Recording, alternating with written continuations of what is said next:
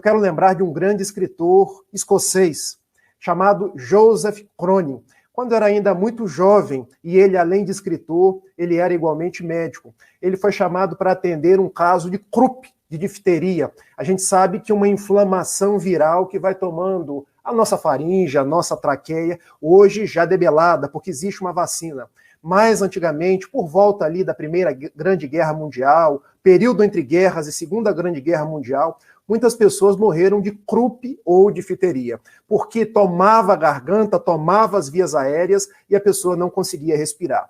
E o doutor Joseph Cronin foi até Northumberland, ao norte de Londres, para atender a uma jovem que estava com um caso de croup. E chegando até lá, ele viu, puxa vida, já tomou toda a região da traqueia, vou precisar fazer uma traqueostomia. E ele, ainda muito jovem na sua faculdade, ele pensou, será que eu faço, será que eu não faço, será que eu vou conseguir? Ele fez. Perfurou a traqueia e aquela jovem que já estava arroxeada voltou a respirar.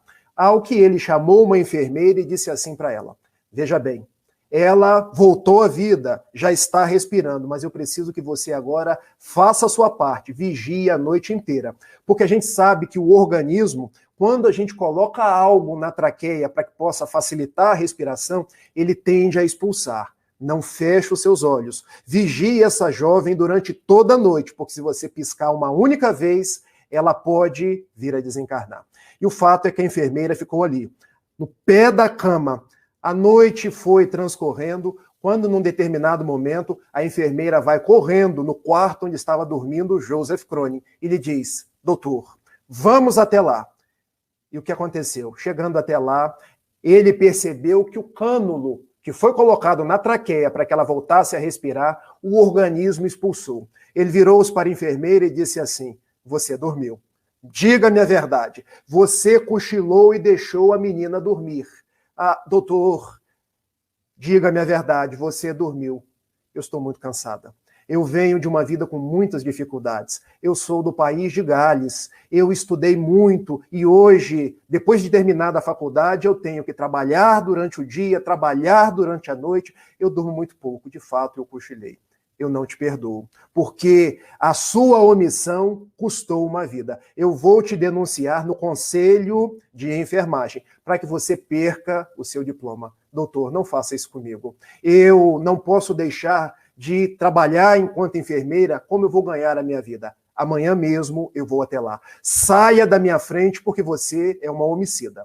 E o doutor Joseph Cronin, no outro dia, ele foi fazer a ocorrência, registrar a ocorrência. Chegando até lá, ele escutou uma voz na sua cabeça.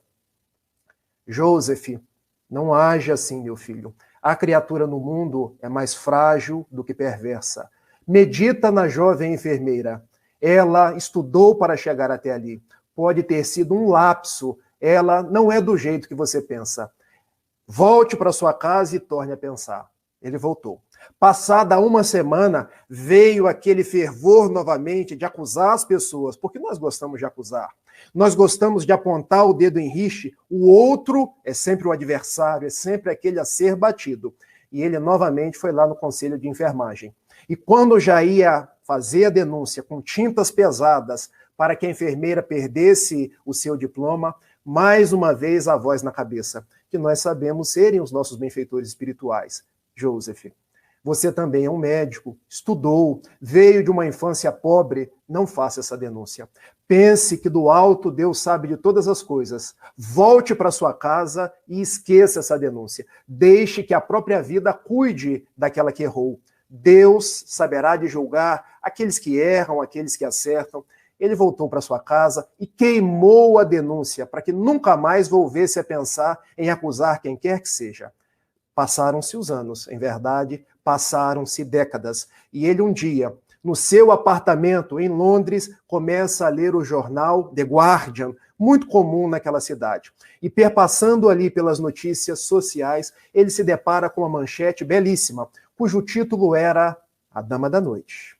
E ele resolveu ler aquela entrevista, porque era uma senhora do país de Gales, que tomava conta das mais variadas crianças. Eram mais de 400 crianças que no período entre guerras e Segunda Guerra Mundial eram transferidas para o país de Gales, porque a Inglaterra tinha que mandar tropas, homens, para a Segunda Guerra e não tinha quem ficar com as crianças. E ela cuidava de todas aquelas crianças. E na entrevista que ela deu para o jornal The Guardian, ela começou a ser perguntada: como que você toma conta dessas crianças? São crianças de pais que foram mortos na guerra. São crianças que perderam seus familiares. São crianças que vêm até mim.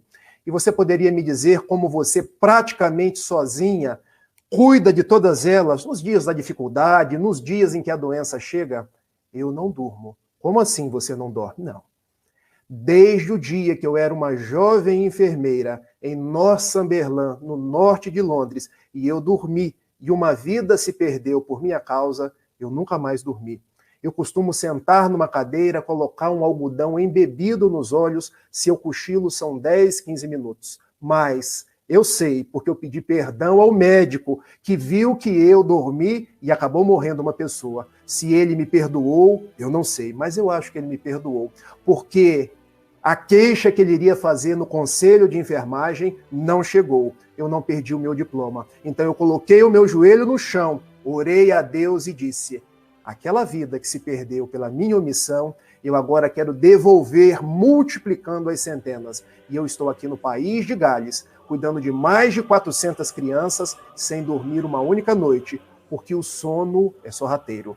Quem dirá se eu vou dormir e uma criança minha vai morrer de febre, vai morrer de croup? Então eu estou com os olhos abertos e eu queria que aquele homem que não me denunciou pudesse entender que para uma vida que eu perdi, pode contar. Hoje eu estou devolvendo a Deus, eu estou devolvendo aos familiares mais de 400. Eu queria que ele entendesse que da mesma forma que Jesus falou a Simão Pedro, naquele momento eu fui frágil, eu não fui perversa. E como Jesus amou a Simão Pedro e ele também me amou na forma do perdão, que ele pudesse ler essa entrevista, porque eu estou amando e devolvendo o meu erro em uma multidão de acertos. E abrindo as páginas do jornal The Guardian em Londres, o médico Joseph Cronin vem às lágrimas, coloca os joelhos no chão por sua vez, na sua crença protestante, porque na Inglaterra, todos protestantes. Ele agradece: meu Deus, muito obrigado, porque no momento que eu iria fazer a denúncia, eu iria acusar aquela enfermeira, eu não fiz. Eu agora entendo por que Jesus disse a Simão Pedro que ele era frágil, porque na sua fragilidade de o negar 3 vezes, ele transformou as 3 negações em 3 afirmações. Pedro, tu me amas?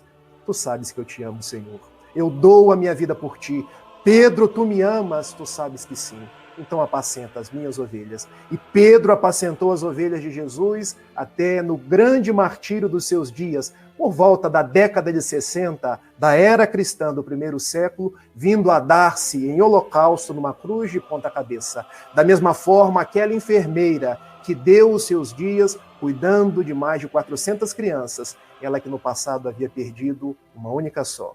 Meus amigos que estão me escutando nesse instante, ao olharmos uns para os outros, ao olharmos para os nossos pais, para os nossos filhos, para aqueles que amamos ou que odiamos, possamos entender: são frágeis, não fazem o mal por querer, por vontade.